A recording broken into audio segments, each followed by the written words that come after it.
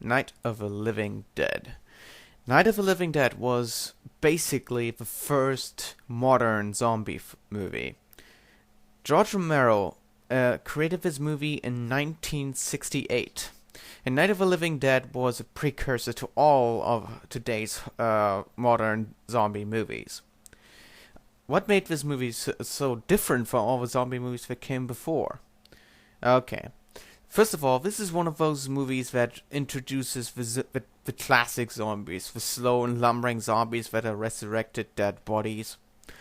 And it also introduced us to the rule of shooting zombies in the head to kill them. Anything else had little to no effect.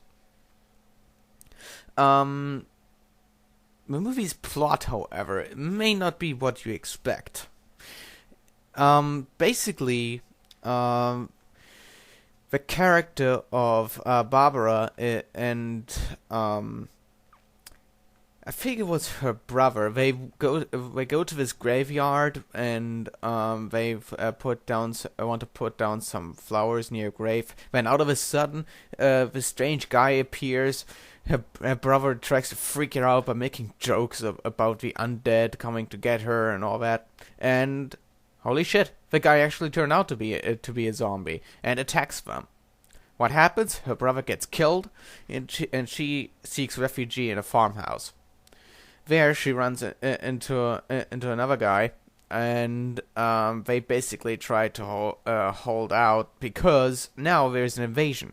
Out of a sudden, zombies emerge from everywhere and surround the farmhouse. They barricade themselves and basically just try to wait it out. I guess there's not much you could do. They do have weapons. Some basic ones. They also make some makeshift Molotov cocktails and stuff like that. And it turns out that in the basement another family is hiding. However, the father of that family is not very cooperative. He thinks he should be the one in charge, and basically anything he does and anything he decides does not lead to anything good in this movie. His idea is to wait out in the basement, barricade that door. But it's a death trap. Once the zombies get in there, they're fucked. There's nothing else they can do. And that's basically the plot. There's zombies everywhere, and they basically try to wait it out. There's a radio they find and get it to work, as well as a TV, and basically tells them what is going on in the world, because these things appear everywhere. The reason for this has something to do with some sort of deep space probe they use, something about radiation from planet Venus or something like that. I don't know. It doesn't make a whole lot of sense. That's not even the full explanation. It is never clarified what made the zombies rise. So, I don't know. Anything in this case. At the same time, there are basically rescue centers and they try to reach it, but that doesn't work. The car gets destroyed, more people get killed. It's really a very disastrous movie, you could say, because, man, shit hit the fan. I'm not gonna spoil the ending right away. It is... I can't tell you what it is, but, wow, they really took some risks with that. It's certainly not what you expect. So, what else can you say? This, for the 1960s, even for the late 60s, the gore in this movie is pretty intense. I mean, this is nothing compared to what the sequels of this movie had to offer, but, my god. Never before have you seen zombies do stuff like this, like eating people's flesh and all that, and guts all over the place.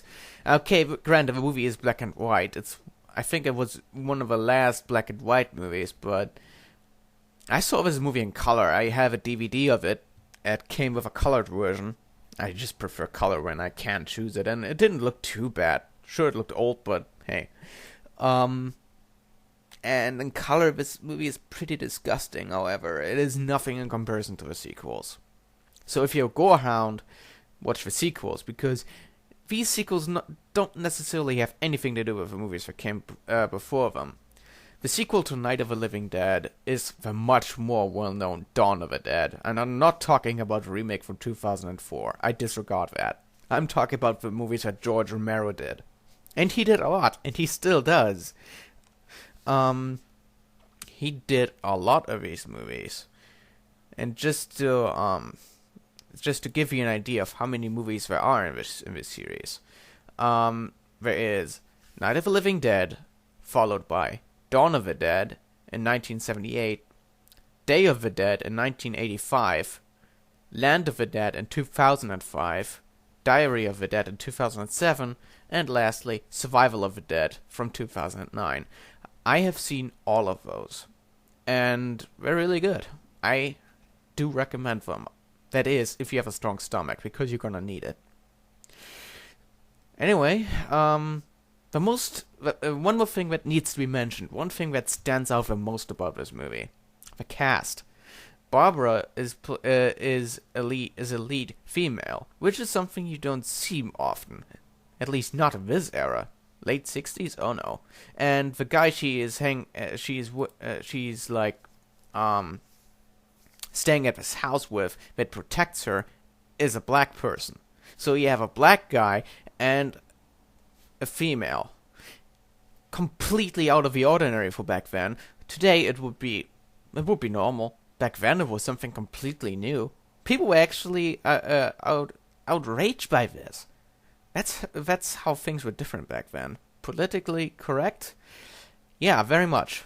The movie anyway, not the society from back then. So I gotta give credit to George Romero for choosing appropriate main characters for a change. So what's my verdict for Night of the Living Dead? Night of the Living Dead gets an 8 out of 10 from me. There is a little left to be desired, but you have to consider this movie was a very low-budget production, with an estimated budget of $114,000. That is nothing. Nothing in comparison to what we have today. And if you think about what they had, it was a good movie. And hey, it spawned an entire genre. If you're a zombie fan, you owe it to yourself to see this movie. It may not be the best zombie movie you've ever seen, but it certainly is good. I would recommend it. Oh, and by the way, the worldwide gross that this movie made, $30 million. I think that is more than enough to warrant a $114,000 budget, don't you think? So anyway, that is Night of the Living Dead. I might end up reviewing the sequels at some point, but for now I'm gonna leave it with this one. Take care. They're coming to get you, Barbara.